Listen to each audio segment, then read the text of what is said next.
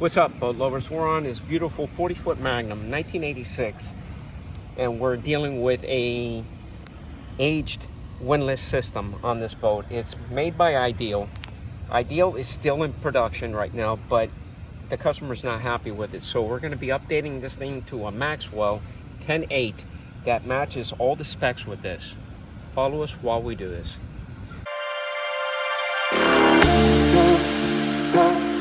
Easy, baby.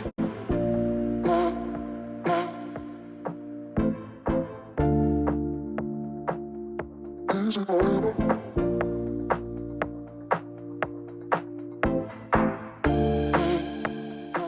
All right, I'm inside this hole, the forward chain locker, and you can see that I have to get my body in here. We're dealing with a very old motor.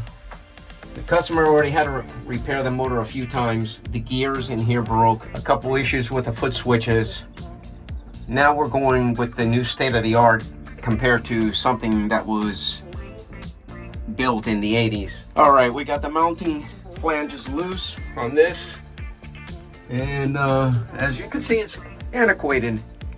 It still works, but he has major issues with the motor. Sometimes the foot switch has already been replaced on one side. You can see that they're different. We're going with the modern technology now with a split transmission and motor. So if something happens to the motor, all we do is we replace the motor. If something happens to the transmission, we replace the transmission. So much easier with the new style now with the BW 10.8 that is spec'd out for this 40-foot Magnum. We got the unit out. It was a little challenging. We had a top cover. Where is it?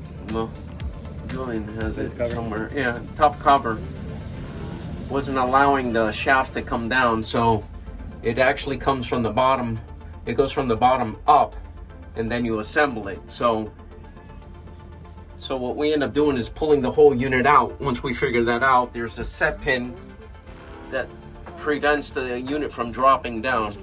But these cables here fairly look in good condition here, but what we're going to do is we're going to clean the ends up, put some heat shrink on them. If we find that they're bad, we'll go ahead and replace it. Put all new connectors, heat shrink connectors, clean this thing up, protect all the connectors here, all the terminals.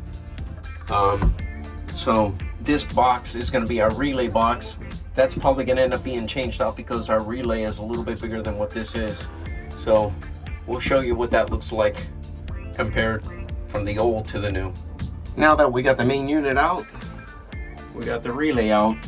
The cables look to be in fairly good condition.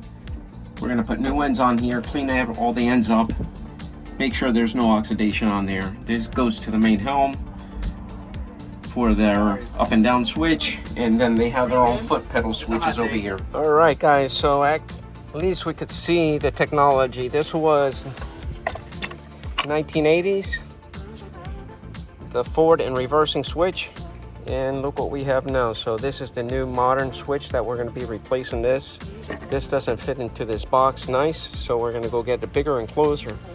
But the footprint from the old one, this is the footprint.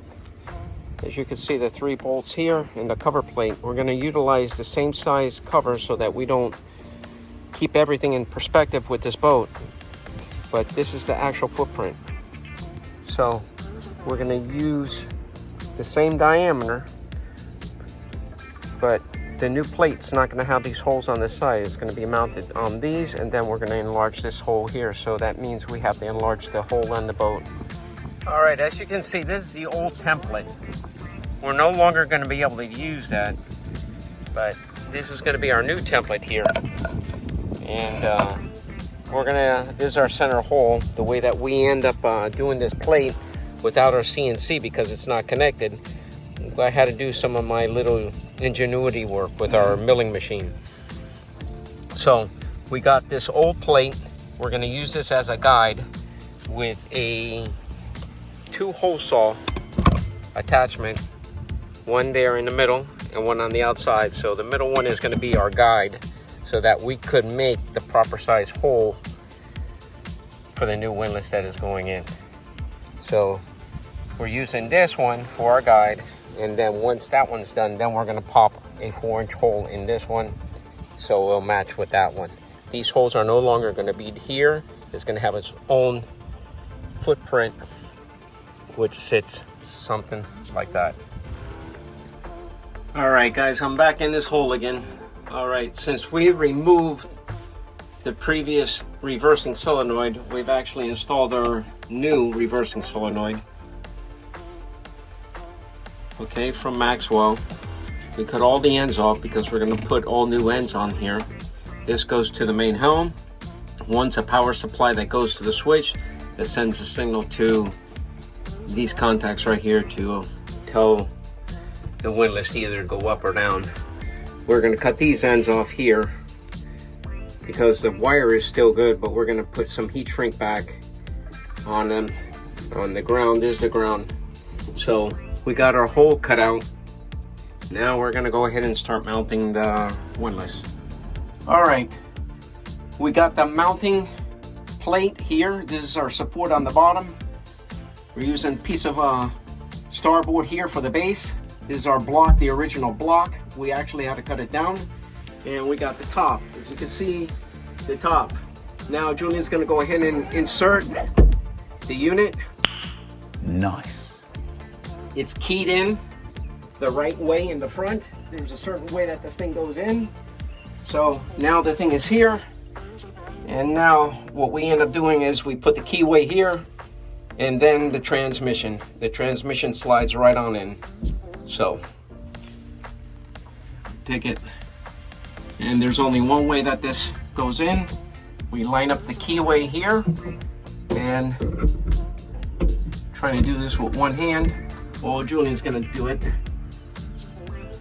And there it goes, nice. Now, the good thing about this particular setup is that you could orientate or have the orientation of the transmission in whatever way you want. If I wanted the motor this way, it'll be fine, but then we're blocking. So what we're gonna do is, it's keyed. If you look at over here, it's keyed, and you only could turn it in certain increments until it locks in. But since we want it out of the way, we're gonna have the motor this way. I think this way is probably best. Well, let's just go, let's leave it like this. And then we just tighten the gland nut. And my keyway just walked away from me, but there's a snap ring that keeps that keyway in place. So let me find the keyway, clean it off a little bit, line it up, push the keyway in there, and we're set. Now we're moving the transmission and everything. All right, guys, I'll show you how we put the motor in. This is keyed a certain way, and it has to line up in the transmission. There's two mounting configurations. It all depends on how you want the motor to be oriented. So it's pretty much a very good simple system that you can mount it in any direction that you want and have the motor in any direction that you want to accommodate the vessel that we're doing right now. So as you can see, we can have the motor like this or like this. It all depends on the mounting plan. So we're going to have the wiring out of the way, going up to the top, and we're going to go that way. All right, I had the motor orientated to the starboard side with this thing on the back side, but I noticed that we were going to have a situation with the chain, and I didn't want the chain getting tangled up with our power wires going to our motor. So I loosened up the gland nut on this, and since this is keyed, all we did was just turn it so that now we could face the motor the opposite direction, which is on the port side. So now we have more wire, which we could actually pull back that way into our relay box. And we're gonna cut these ends off, and we're gonna put boots on here, and we're gonna connect this directly right to the motor. So our ground is sitting back there somewhere, right there. And this is our two power wires going to the F1 and the F2. So this is the way that it's gonna be sitting now. So now we're going to start working on the foot pedal switches on both sides. All right, boat lovers, we got this BW Maxwell 10.8 on this 40-foot Magnum, 1986. So we got a waterproof enclosure. We got our motor situated in the right direction so that it doesn't get affected with the chain. The wires are out of the way. We made a custom top plate for this so that it's sandwiched. And we've tested this thing in and out. We put new foot switches, oriented in the right direction. That's out, and that's in. So this has dual station here at the bow and at the main helm. Right now it's locked in position with that chain lock, and he has a gypsy for his rope. So this was a kind of a neat install for this particular boat. As you can see, this is a nice sleek boat, well maintained, and it is fast. And here's the cockpit, equipped with Glendinning. Can't go wrong with Glendinning. So he has his up and down switch here, and a nice view of this boat from the front. All right, guys, we got this 40-foot Magnum taken care of. We've already tested the chain going all the way out and the chain coming in at both locations. Foot pedals are oriented in the right direction, and as you can see, I got my helper over here. So, guys, if you like our content, if you have any comments, just put it into words on our site, on our webpage, or whatever, however you do it. I'm not too much of that lingo, but will you have anything to say? Nothing much.